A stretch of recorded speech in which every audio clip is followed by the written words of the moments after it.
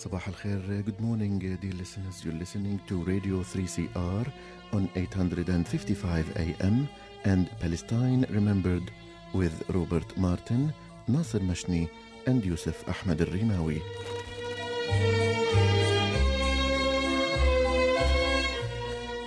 Palestine Remembered is Australia's only English-language radio program that is totally dedicated to Palestine. We'd like to welcome those listening on 855 and those that will join us on podcast at 3cr.org.au.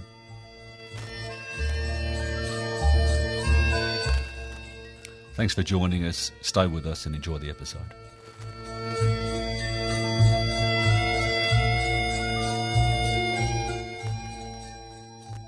Good morning, Robert. Good morning, Yusuf. And we have Michael Shaik again here. Welcome, Michael.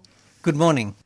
we're lucky to have you again, Michael. Michael Shaik is a political commentator and one of the most devout supporters of Palestine in Australia and a great friend of ours. So we will discuss with Michael Jared Kushner's lame peace plan and the worship in Bahrain. I know we touched on that a couple of weeks ago, but it will be great if we get Michael's thoughts on it. And we will get to hear the reflections of one of our listeners on a TV program on Gaza last week. So, Michael, what could you tell us about the workshop in Bahrain? Well, according to public relations, it's the Trump administration's revolutionary idea to bring peace between Israel and the Palestinians by thinking out of the box. And as part of this, there was a summit held in Bahrain a couple of weeks ago to promote economic opportunities for the Palestinians and bring foreign investment in. Now, all of the Palestinians, regardless of their political affiliations, want nothing to do with it, and they all boycotted it. It actually was one of the few moments of total agreement among Palestinians that we've seen in the last 15 years. Yes. So you've got to wonder, you know, if it's supposed to be about the Palestinians and the Palestinians don't want anything to do with it, why did it go ahead? What's its real agenda? Is it really to bring peace when even its terms of reference are nothing to do, you know, are so alien to the Palestinians? And I think, you know, you've got to look at the historical context in which this takes place. Firstly, regarding the Trump administration, it comes at a time when it's cut off all aid to Palestinian refugees. It's recognised Jerusalem as Israel's capital. It's recognised Israeli sovereignty over the Golan Heights. It's closed the Palestinian Affairs Office in Washington, D.C. And it's... it also cut off the financial aid to the PA. Exactly, and closed the the U.S. Affairs Office in East Jerusalem as well, and moved it into the Israeli embassy. And also regarding the Arab world, I think you know the thing that intrigues most people about the conference is the diversity of the people who support it. What possible program could people like Jared Kushner, El-Sisi, the dictator of Egypt, Mohammed bin Salman, Al Khalifa of Bahrain, Mohammed bin Salman of the United Zayed of the United Arab Emirates. What do they all have in common? What possible program could bring them together in this Israeli Arab peace initiative? And if you look at their background, it's a very simple equation. They're all in their way quite pious men whose loathing of democracy and the ideas of human equality are rooted in a deep commitment to hierarchical society. So for all of them, the idea of a free, independent, democratic Palestinian state, the example of that in which Jews are as good as Arabs and they live in peace and equality, is as shocking and frightening as it is to Netanyahu.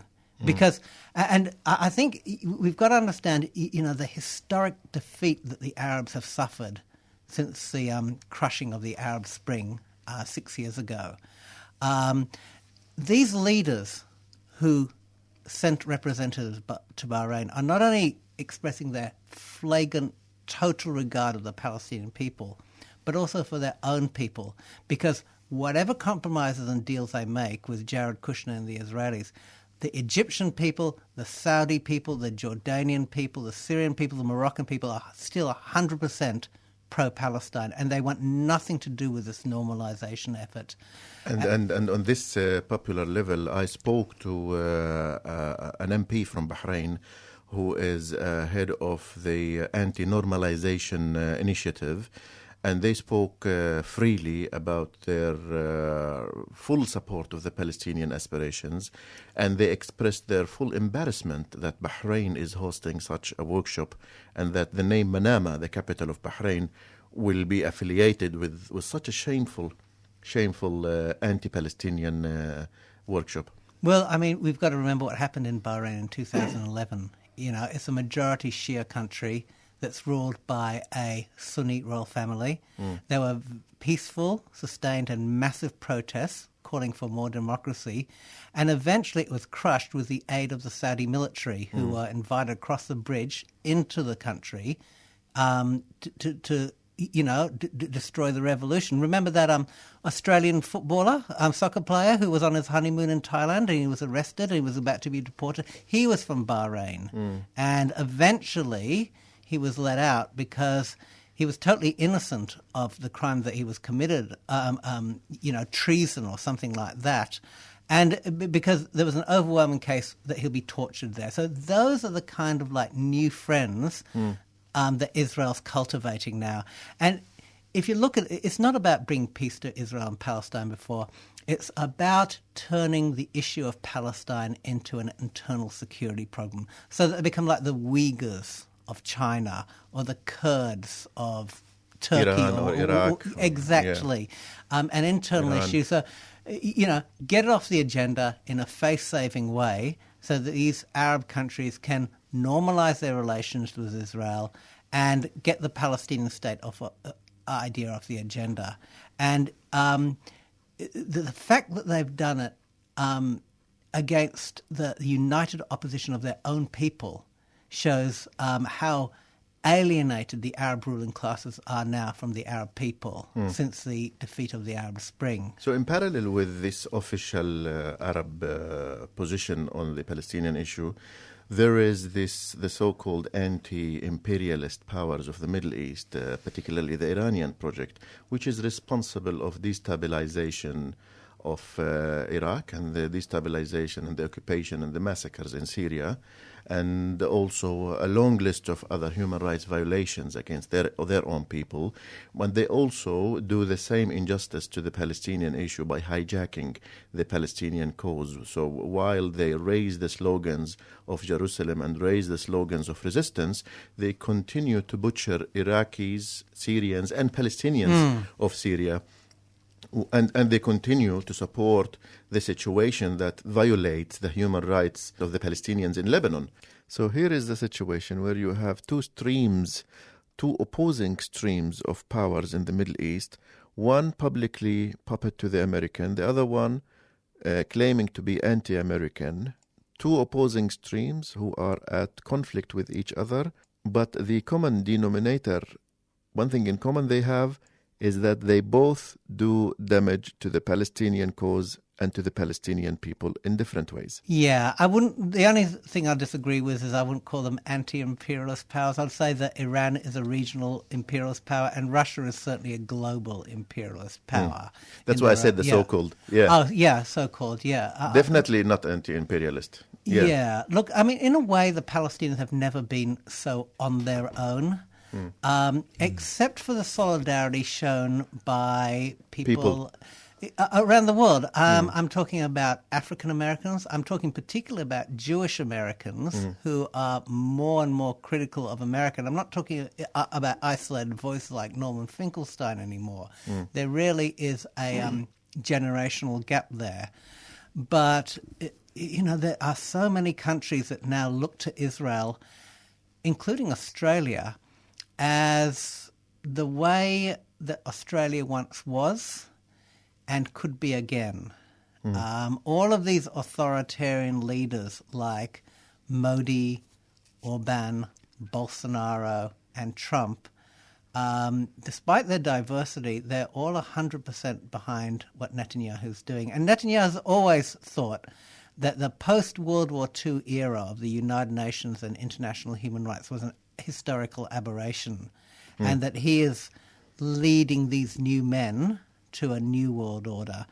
And maybe there's some truth to that. That is a basis in which he reckons that he can deal with the Palestinians. He thinks he's got much more in common with Sisi and bin Salman than he does with than any of they do with the Palestinian people living in Gaza and the West Bank, for example. So again, the Americans want to do it the other way around. They want to discuss economy before they talk politics. And maybe Robert and I in the car were talking about it. And there's 5 major things they didn't discuss. Things as the return of the refugees, and Jerusalem and the settlements, the 5 major topics, and also the water resources and the borders. So no discussion at all. No discussion of the Palestinian sovereignty. No mention of the Palestinian state. No mention of even the word Palestinian territories. You may have read the 40 pages document that was uploaded on the White House to explain the Prosperity for Peace initiative. There's no mention of a Palestinian state, and there's no mention of the right of return. Nothing political. It's all broad and vague imaginations. It's supposed to be about Palestinian development, and it never mentions the occupation, which the World Bank, the IMF, everybody says that's the main reason that Palestinian economy is stuck in the doldrums. No one mention of the word occupation. Yeah. So it's a big public relations exercise. And, I think even 2 years ago, the idea of a summit of Arab countries and Jared Kushner discussing the issue of Palestine without any mention of Jerusalem. In the absence of Palestinians. Yes. It would be unthinkable. No. You just said it was a marketing ploy. Do you think it's worked?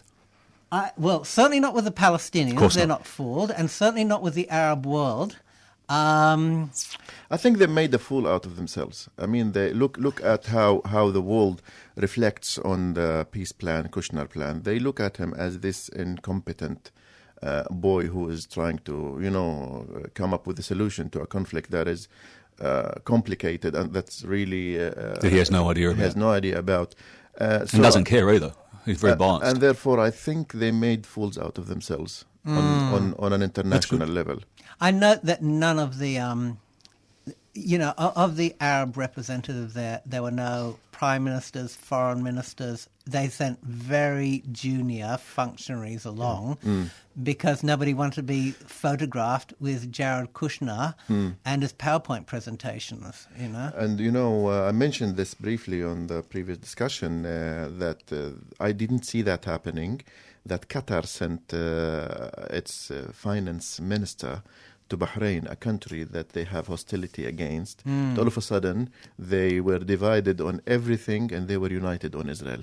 Yeah, that's the other thing. Like I said, the diversity of the people represented. What does Khalifa have in common? Once again, the hatred of democracy, the commitment to the status quo and that he does share with Saudi Arabia and Bahrain and the United Arab Emirates. Were the Palestinians represented? And they refused to go. I think there was one collaborator. There were a few who builds settlements, Yes. It gets even better because I saw the Arabic translation on the White House website yesterday of the 40-page document, and guess what? There were language issues. I was just going to say, was there grammar issues? There was grammar issues. Just for those who don't know, Yusuf is a translator and a very good one, and he's very critical when he finds errors. I hope you don't mind me bragging about my Arabic expertise, but I did an intensive review, and let me just give you a few examples.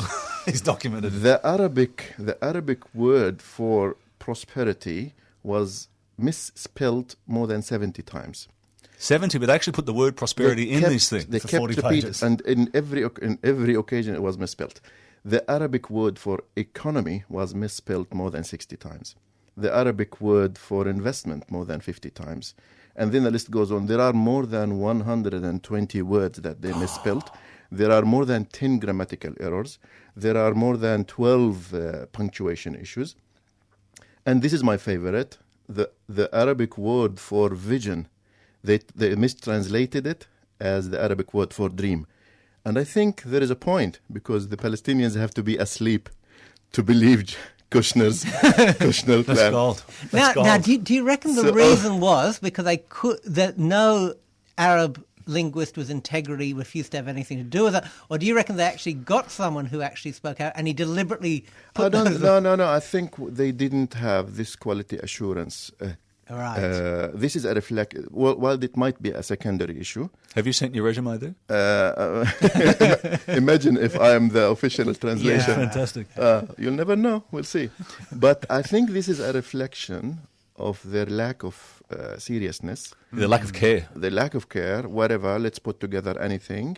And there's no care, there is no attention, there is no competence in handling the whole thing. So what happens in the Arabic translation is an extension to every other aspect, to the failure in the whole thing. And while this is a tiny little thing, but it is indicative to the bigger picture. And literally, I'm going to put together a report with a list of all the spelling and grammar issues. And I was approached by even outlets, media outlets in the Arab world, and they said, "Yeah, we'll publish it for you." So this is going to be my game for the next few days. Fantastic. Yeah. Fantastic. The fact that they use the word prosperity, to me, more than 70 times misspelled. Thing. I mean, that's a joke. So you're listening to Palestine Remembered on 855 AM, and our guest Michael Shaik today. Welcome again, Michael. Good to be here.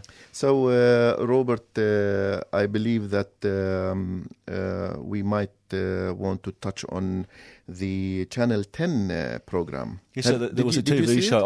I did see it, and most of it was pretty good. There were some issues that I didn't agree with putting there, but I believe that that's what he had to do to get it on to commercial TV. It's Todd Sampson's Body Hack. He was originally going over there to film ambulances, and he was only supposed to be there for a few days. Ended up staying there for a month. And on the project, which is a news channel here in Melbourne, he was on there saying that he really feels for the Palestinians after being there, which is a great thing. And one of our listeners wrote us something about it, and I thought I'd read it.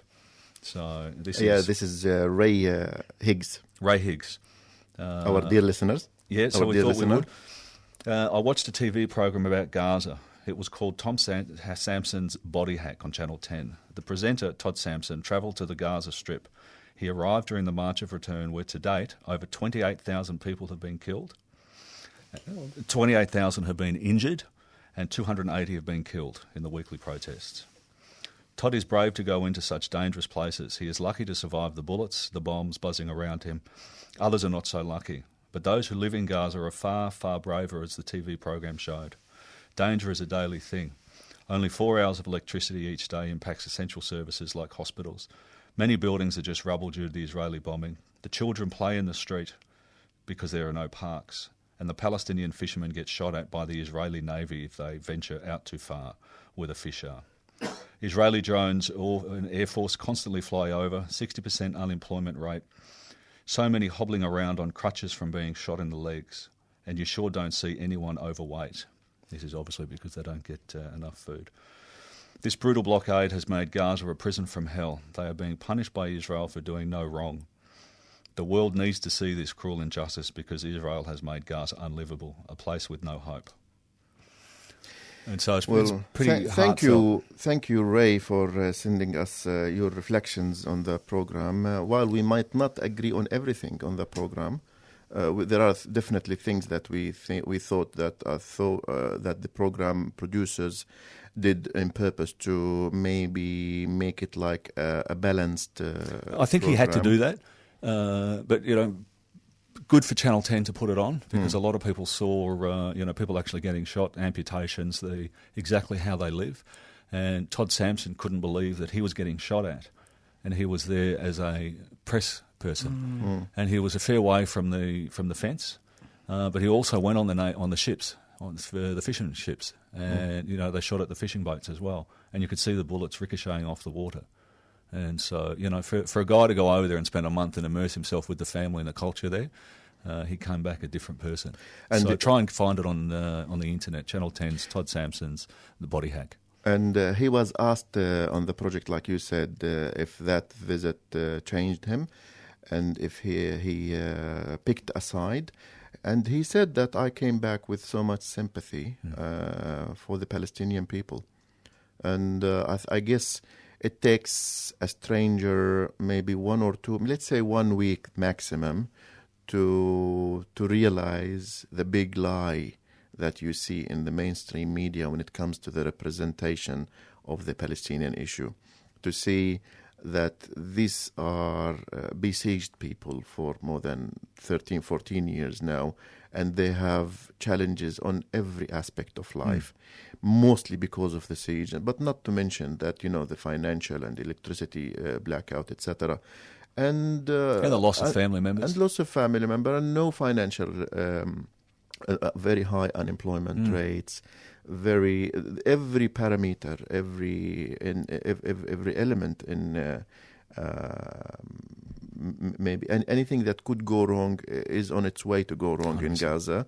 So in light of all that, one could only really sympathize with the people. You don't have to be Palestinian or pro-Palestinian to just sympathize with them.